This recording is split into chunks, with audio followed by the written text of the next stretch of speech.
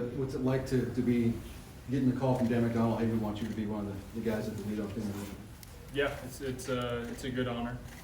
I'm very thankful that I get to give back. I mean, the first time I ever came to Louisville was actually in the Leadoff Dinner, and that was when I did my visit. So, yeah, very, very honored to be here.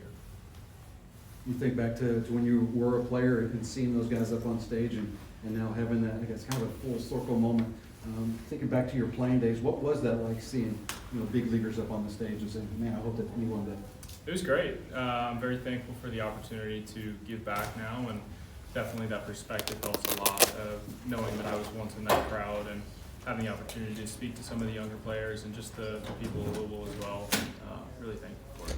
Kind of looking back at your playing career here at Louisville, how did Dan McDonald and the coaching staff specifically help set you up not only for future success in the big leagues, but prop you up to be the #1 overall pick?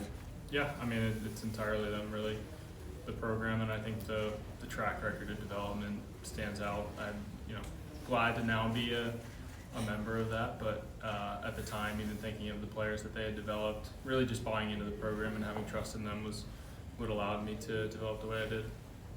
Everyone always talks about your work ethic. Is that something that you had coming to school here, or did you develop that while you were here?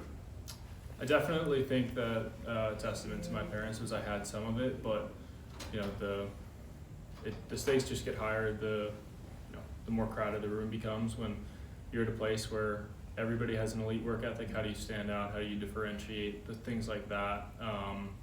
Whether it was the Michael Jordan Award or trying to be the first one there or the last one to leave the cages, it's a lot different when everybody else wants it like you do, and that's part of the culture that we have. And part of the culture that was left behind from, the leaders before me, and hopefully carried on from the leaders after me. But it's definitely a separating factor, thinking towards, how do I separate myself as a worker in a room full of extremely talented, extremely hardworking people.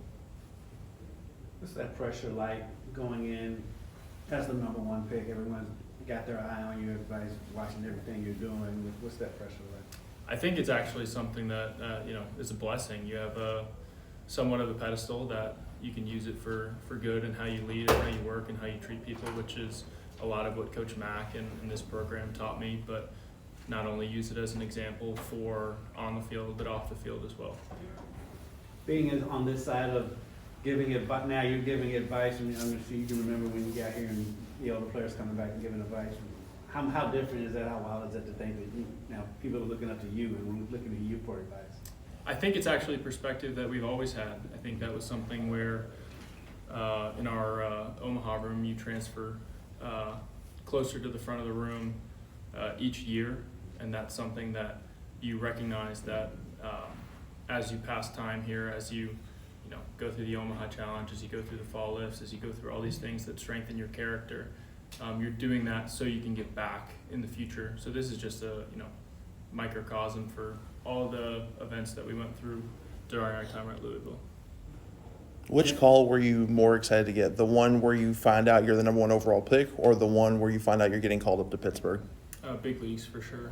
Yeah, I mean, it doesn't really matter where you're picked once you get into the system, and just obviously that's been a dream for a long time, and draft is more a stepping stone, and obviously the big leagues is an entrance into a further part of your career. So I was very excited about that one.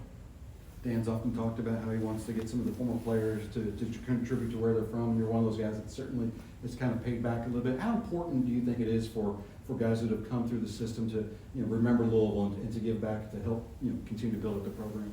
I think that's the greatest testimony we can give to what the program has done for us. Really, is give back, and not only is that as a player when you're leading from the front of the room like we talked about in the Omaha room, but my first thought, I actually called Coach Mack just a couple hours after the draft, and it was something that I was really set on, specifically the locker room, because we spent so much time as a team in there that I really wanted it to be an environment that stimulated the growth of the team and would lead to people spending more time in there.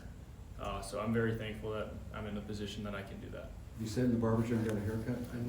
I have not yet. You mentioned that when you took your visit, it was this weekend.